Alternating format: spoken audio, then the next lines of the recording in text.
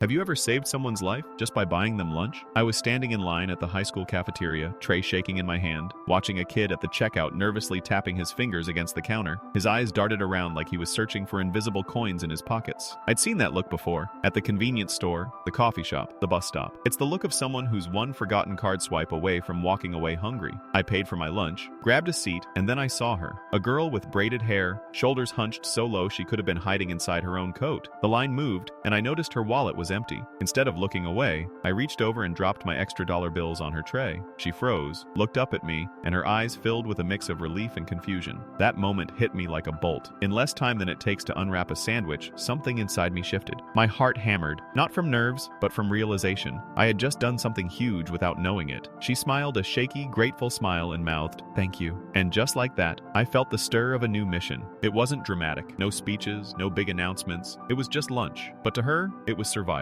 And for me, it was the first spark of something I never knew I needed. This wasn't about being a hero or broadcasting good deeds. It was about noticing a human in need and doing something, however small, to change their world in that instant. From that moment, I couldn't get it out of my head. The cafeteria lights, the hum of conversation, the clang of trays, it all played in my mind on repeat. I thought, if I can do this once, why not again? And again? I didn't ask permission. I didn't check with anyone. I just knew that every extra lunch payment was one more life I could touch, and I wasn't ready to stop. That question, have you ever saved someone's life just by buying them lunch, kept echoing in my head. It felt bold, almost reckless, to frame a simple act of kindness like life-saving. But in that girl's eyes, in the silent thank you that spanned our lunch table, I saw proof. A sandwich wasn't just food. It could be hope, a small shield against the pressure of empty pockets and rumbled stomachs. It could be a lifeline in a sea of teenage chaos. And so, hooked by that moment, I decided in less than a heartbeat that this was going to be my story. No introductions, no permission slips, no grand speeches, just a question and a decision. Because sometimes, the biggest revolutions start with the smallest gestures. That tray-clattering, dollar-slipping moment was my portal into a world of unspoken needs and silent gratitude. I didn't know where it would lead.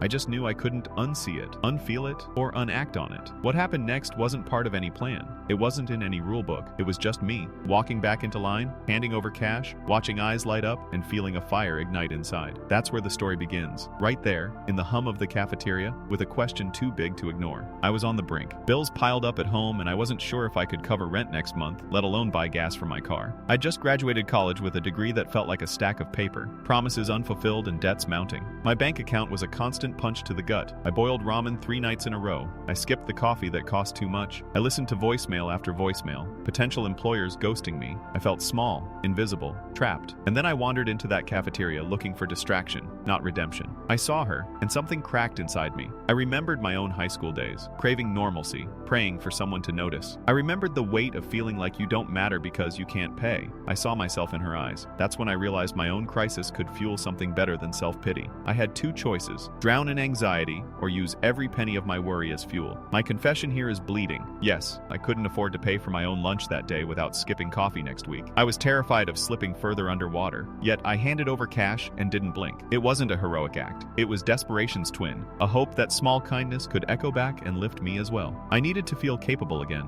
I needed to reclaim some power. And so, with trembling hands, I initiated my secret mission. It felt reckless. I was risking the little I had. But in that moment, I chose to believe that generosity could outrun scarcity. I decided that if I could save someone else from hunger, maybe I could save myself from drowning in fear. That was my point of no return. The instant I realized giving was far more potent than hoarding. No lectures, no self-help quotes, just a gut punch of clarity that my crisis was the catalyst I needed. The very next day, I went back. I waited until no one was watching, slid my tray up, and covered another student's meal. Just one, then another. I paid in cash, tucked receipts into my pocket like secret notes. At first it was awkward, my hand lingering over dollar bills, eyes darting to make sure the cashier didn't question me. I'd smile at the kid in line, nod, then slip away before I felt exposed. Then it became routine. I started calculating my spending as if I were budgeting for rent. Okay, I can skip that video game download and cover 3 lunches this week. I'd smile at the cashier and say, "These are for them," and walk off. I didn't know their names. I knew only their eyes. A shy smile here, a whispered thanks there. Sometimes they looked stunned, sometimes grateful, always human. I remember one afternoon, a group of 5 freshmen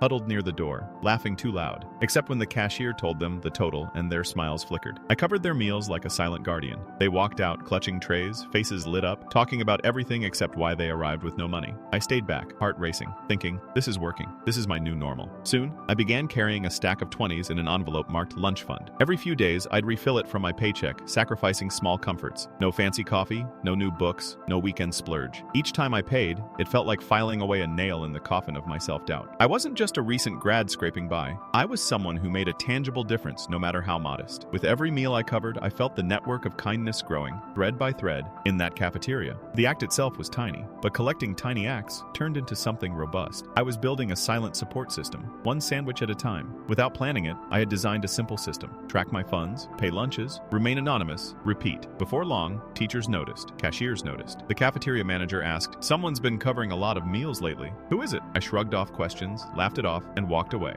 I didn't want credit. I wanted impact. I wanted to prove that small, consistent action could seed something much bigger than me. Nothing is foolproof. One Tuesday morning, I saw the cafeteria manager watching me closely. She cleared her throat as I reached the counter. "You again?" she asked, in a voice that barely masked curiosity. My heart kicked. I'd been careful. Blend in, pay, leave. Now I felt like I was under a spotlight. I froze for a second, then shrugged. "I've just got extra cash some days," I lied, trying to smile it off. She narrowed her eyes, then moved on. My throat went dry. I pictured every student walking past me and wondering why I kept paying. Rumors could start. Someone might demand a thank you speech, or take it as pity. That would break everything. I considered quitting, pulling the plug on my fund, returning to quiet desperation. But something stopped me. That urge to keep going, no matter what. I realized this wasn't about being anonymous anymore. It was about building trust, not hiding from suspicion. And then a twist. A senior approached me after lunch. He introduced himself, name unimportant, but he had kind eyes and a steady voice. He said, "I've noticed what you're doing. You're saving some of us from going hungry." My stomach clenched. He didn't expose me. Instead, he slid an envelope onto the table. Inside, 5 $20 bills. "I want in," he said. "My mom's a single parent. I know what it's like. Let me help." My mind reeled. Someone understood the drive, the risk, the impact. He wasn't a threat. He was a partner. In that instant, the mission changed. It went from solo stunt to shared cause. Together, we tweaked the system. We coordinated days, Tuesday, Friday, and Monday. We updated our envelope stash. We shared stories, without names, about the students we'd helped. We became ghost allies, a secret crew that made sure nobody in that cafeteria went hungry. The tension never disappeared. Every time I handed cash over, I felt that old rush. But with an ally, I felt stronger. We watched each other's backs. The cafeteria manager got curious again, but we shrugged it off together. We kept the mission alive, fueled by a silent promise. We would not let fear stop us from doing good. They ate slowly, savoring every bite. They closed their eyes between mouthfuls, as if trying to stretch happiness across the entire lunch period. One boy, no older than 13, placed a single daisy on the table edge and ate around it, careful not to crush the petals. A girl with glasses choked back tears, her shoulders trembling, but she kept chewing, determined to show strength. 2 kids swapped sandwiches quietly when they saw toppings they preferred, like they had rehearsed it in gratitude. In those small moments, the power of what we did exploded without fanfare. I didn't narrate it to myself. I didn't write poetry in my head. I just watched. Their faces were little maps of relief, the curve of a smile, the slackening of tight jaws, the softening of hard lines in their foreheads. They weren't thinking about lunch as charity. They were thinking about lunch as life. One afternoon, a girl in a bright hoodie found my note tucked under her tray. "You deserve this. A friend." She unfolded it with shaky fingers, read it twice, then hugged it to her chest. She kept looking around, expecting someone to reveal themselves. I wanted to call out, "It's okay, it's me," but I stayed silent. Because some moments are perfect in their mystery.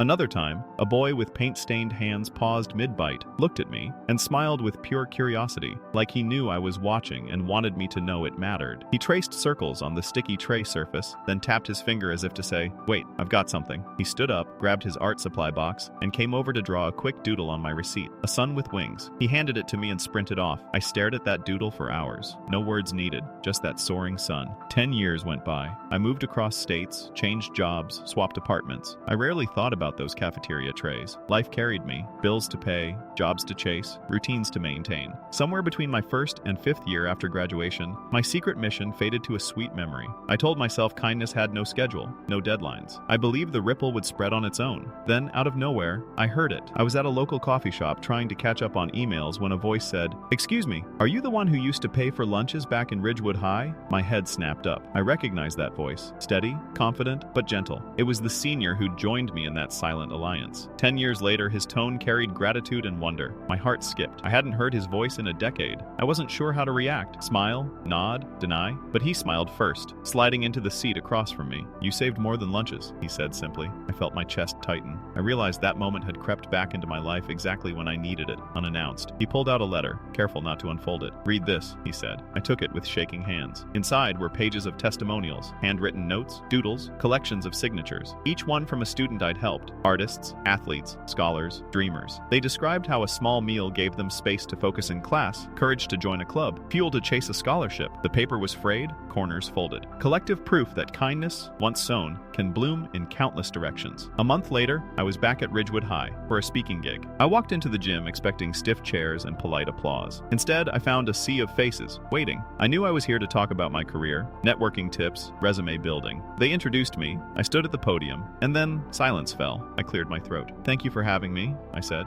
I clicked the slide deck, but before I could get to my first bullet, a figure stepped onto the stage beside me. It was him, the senior who'd become my ally. He smiled, tapped the mic. "I have something of mine to share," he said. He didn't need to explain. The room leaned in. He told our story, from his side, how unknown lunches became lifelines, how my actions gave him the courage to apply for college, start a tutoring club, launch a scholarship fund. He spoke without names, but I could hear the weight of every second. As he spoke, I watched the audience shift, some leaning forward, some wiping tears, all nodding. It was surreal to hear my own anonymous deeds narrated back as transformative events. That moment rewrote the narrative. I wasn't a guest speaker on career advice anymore. I was the person who ignited a spark in dozens of lives. And there he was, carrying the torch forward, unmasked, leading the chorus of gratitude. After the event, they unveiled it, the Ridgewood Kindness Foundation, a nonprofit dedicated to feeding students, supporting emergency grants, and fostering community projects. It stood on a banner behind us, white letters on blue, bold and simple. I felt a lump in my throat, not because I was recognized, but because I saw the full cycle. What began with a single secret act had grown into an institution that would outlive us both. They opened the floor, but I stepped back. No need for speeches, no need for applause. I slipped out the side door, watching them from the sidewalk. Students hugged alumni,